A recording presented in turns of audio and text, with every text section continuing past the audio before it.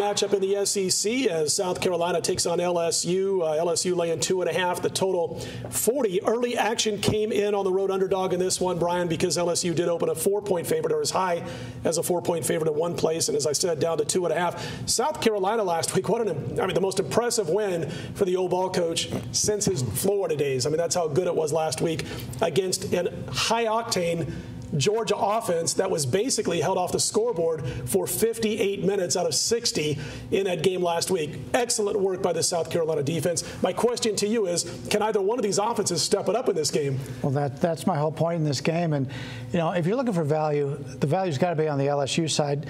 A couple weeks ago, I thought I was smart, and it took South Carolina +9 in this game. Mm-hmm.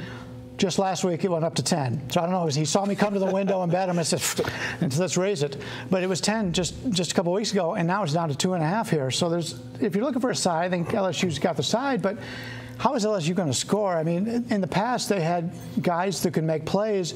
This year, they don't. They're very pedestrian offensively. And, last year, they did a lot of scoring defensively with Matthew. And his kickoff returns, punt returns, he was just a dynamic player. He's not there anymore. And so they're going to have a real tough time scoring here. And, I don't go under 40 very often in a college football game, but I think this is one where you still get a little bit of value. I remember on First Preview last week, one of our best bets, Andy Iskoe, had under 42.5 between LSU and Florida, and he never had to sweat it. So it might be one of those kind of games. And Marco, South Carolina is one-dimensional, basically. You got Connor Shaw, who's only going to throw the ball 14 to 15 times per game if they are playing their game. If they're getting their way during the contest, he'll run it about 12 or 13 times per game when he gets the chance himself. And then, I don't know, though, if a one-dimensional offense can beat this LSU defense. Brian's absolutely correct. They don't have Honey Badger anymore, talking about Matthew, to change field position. Not just score points, but the guy changed field position in so many games that LSU played in, whether it was a punt return, a kickoff return, or picking off passes. He was just that one individual who could make a change. And we heard Mike Colbert of Cantor Gaming saying this was the most valuable defensive individual player as far as the point spread was concerned,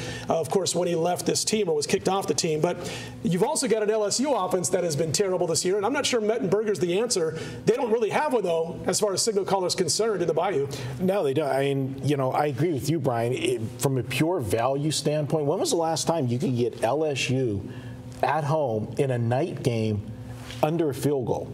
I mean, really. The one-dimensional factor that you talk about, it's actually the strength, for South Carolina, because the one thing LSU has done this year is they have shut down teams on the passing game. You can't pass against this team.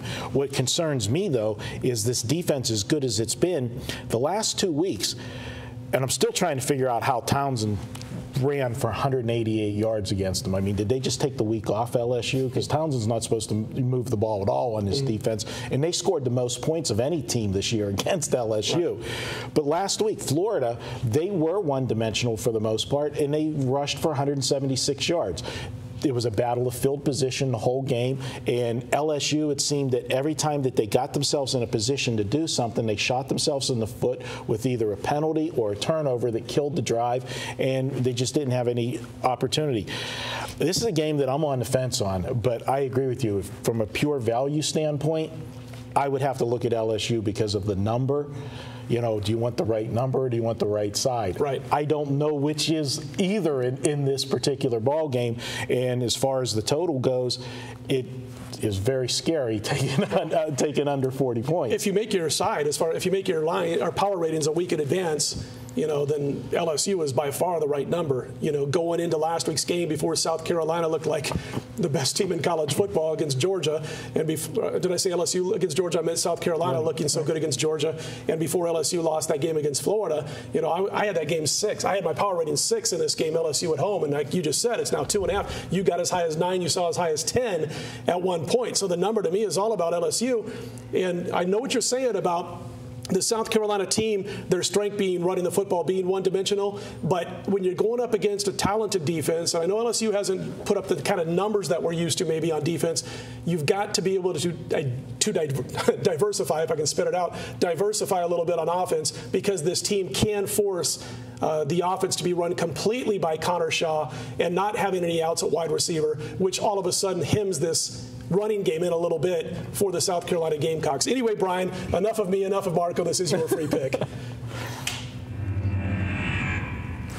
I'm going to take the under here. It's a low number of 40, but I expect this to be a really conservative game here. LSU's played 2 SEC games this year. Final scores of 20 and 22 points. South Carolina, nobody scored more than 17 points against them all year long. In fact, 4 of the 6 games they played, they've held the opposition to 10 points or less. 2 great defenses, 2 conservative game plans. We're going to play this game under. I'm not going against you. I'm with you. You got a running quarterback in Connor Shaw. You've got a stiff in Mettenberger who runs the 40 in a 6.8 from what I heard, and they've timed him at times with an hourglass. Kind of reminds people of the great Jim Sorgi. Anyway, Bryan's best bet or free pick on this one is the under 40 between South Carolina, LSU, college football, NFL all weekend long right here at pregame.tv.